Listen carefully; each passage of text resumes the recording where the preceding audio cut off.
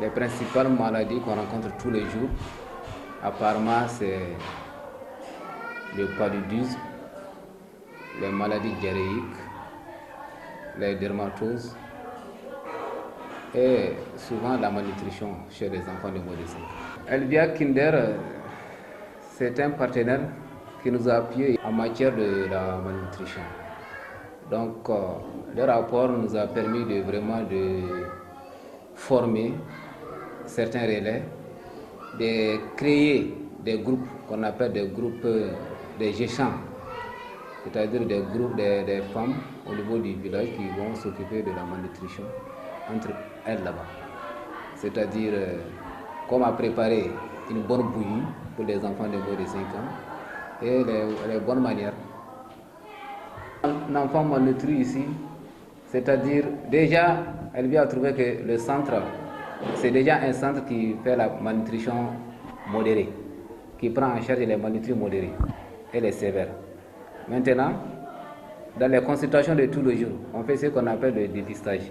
Si on dépiste un enfant malnutri, si c'est un enfant sévère, on fait la prise en charge immédiatement avec la TPE, c'est-à-dire les plans-pieds qu'on a à notre disposition. Les malnutris modérés, c'est à peu près la même chose. À partir de la consultation, s'il est dépisté, il est introduit dans le programme. En plus de ça aussi, on a l'apport de nos relais communautaires dans les villages, parce que l'aire de santé est composée de 2 villages. Il y a Hausafulan et il y a Todjel Garguna. Donc dans tous les quartiers, on a des relais communautaires.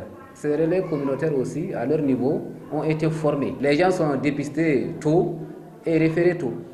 Puisqu'ils sont dépistés tôt, la prise en charge est rapide. Donc vraiment, les cas de complications, c'est très minime. À Elvia Kinder, vraiment, l'approche, c'est une bonne approche quand même. Parce que c'est 10 villages au niveau de la commune. Mais au niveau de mon aire de santé, vraiment le suivi est bien fait. Les mamans font chaque mois, les mamans font une préparation de bouillie entre elles. Maintenant, ils sont organisés de manière à cotiser pour prendre eux-mêmes en charge. Moi, je pense que c'est une bonne chose. Si elles pouvaient continuer, vraiment, pour d'autres modèles de préparation qu'on n'a pas encore vu. Parce qu'à notre niveau, on a fait la bouillie enrichie, la farine du mil, plus la farine du riz. Donc, il y a d'autres modèles de préparation de bouillie qu'on pouvait encore continuer à faire des démonstrations pour les femmes, pour qu'elles puissent vraiment apprendre mieux. La formation qui a réuni les mamans ici, c'est-à-dire, c'est vraiment de les briefer, ou bien de les former sur les bonnes pratiques. C'est-à-dire les pratiques, ce qu'on appelle les pratiques familiales essentielles. C'est-à-dire, parce que le problème de la malnutrition, ça découle de beaucoup de petits problèmes que les gens ignorent. C'est-à-dire, il y a l'hygiène. Il y a le problème d'hygiène. Il y a le problème d'hygiène parce que souvent, s'il y a l'eau n'est pas traitée. Hein? Souvent, il n'y en a même pas. La consommation de l'eau, vraiment, les gens ne font pas bon usage. Donc, tu as vu. Et puis, ça a rappelé les mamans que les produits nutritifs dont l'enfant a besoin, c'est des produits qu'on dispose d'une période de l'année, ici même. On n'a pas besoin de partir à Bamako ou à Gao pour les chercher. Mais comme elles ignorent comment les mettre en pratique, vraiment, ça a été une bonne chose quand même de les familiariser par rapport à ça. Maintenant, beaucoup de mamans commencent vraiment à utiliser les produits locaux, les mélanger, vraiment à faire des bouillies épais, vraiment pour leurs enfants qui sont dans le besoin. La situation de la malnutrition dans la région de Gao, vraiment, c'est un problème qu'on est en train de vivre tous les jours. Mais pour vraiment éradiquer ou bien vraiment amener vraiment à diminuer le taux de malnutrition, il faut l'implication de beaucoup de facteurs. Vraiment, beaucoup de facteurs, c'est-à-dire les gens doivent être formés. Ce n'est pas les mamans seulement, même les pères de famille, les chefs de ménage, on doit les former, on doit les sensibiliser par rapport à l'hygiène, à l'assainissement, l'utilisation de l'eau. Comment on doit utiliser l'eau, les qualités d'eau qu'on doit utiliser, hein, l'usage des latrines, et autres là. Comment ça se fait? Parce que tant qu'il y a des petits problèmes comme ça, c'est des problèmes qui encouragent encore la malnutrition. Parce que quand une maman qui prépare une bouillie, qui ne lave pas ses mains au savon, bon, c'est pas de la bouillie qu'elle est en train de préparer. Donc vraiment, il faut vraiment que tout le monde soit imprégné de la même façon, au même niveau d'information. À l'endroit de Elvia Kinder, nous on les remercie beaucoup par rapport à leur apport. Vraiment, on est très satisfaits. Parce que notre groupe est en train de travailler tous les mois. Chaque mois, ils ont au moins 2 séances de préparation de la bouillie. Maintenant, on les exhorte à mieux faire. Vraiment, dans le cadre de la formation, de continuer. Même si c'est les chefs de ménage, ils ont besoin d'être formés, d'être sensibilisés. Donc, vraiment, on les remercie. Je vous demande de faire vite. Le travail ne doit pas s'arrêter. Parce que ces enfants-là, s'ils ont faim, ils ne peuvent pas supporter, leur mort est évidente. Je vous remercie. Elvia Kindel. Je remercie tous ceux qui sont venus. Je remercie votre TDC et je remercie le bon Dieu. Elvia nous a formés à plusieurs reprises en ce qui concerne la malnutrition, ses conséquences et les moyens de l'éradiquer. Au cours de la formation, on nous a appris à préparer la bouillie nutritive. Nous sensibilisons les mamans. Nous dépistons les enfants de 6 à 5 ans à partir du bracelet MIAC. Et 30 femmes sont concernées dans notre village. En plus de la préparation de la bouillie, nous insistons sur l'hygiène alimentaire et environnementale.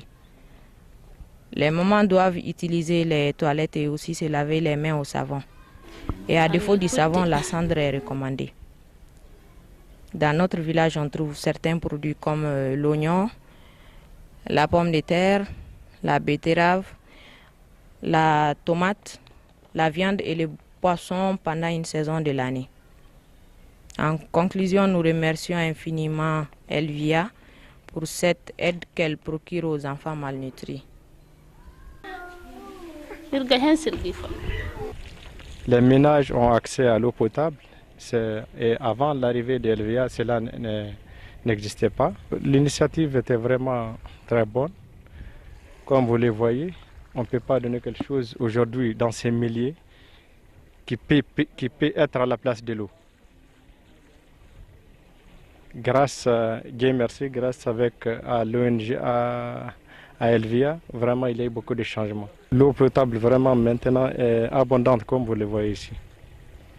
Elle suffit pour les centres de santé et en même temps pour les ménages. Un sentiment de joie que je ne peux même pas expliquer car rien ne vaut l'eau. Pour nous ici, quand même dans notre milieu ici, rien ne vaut l'eau. Je souhaite beaucoup de chance à Elvia de continuer vraiment à persévérer dans de tels actes qui ne font que vraiment encourager les populations qui sont vraiment très vulnérables dans cette zone.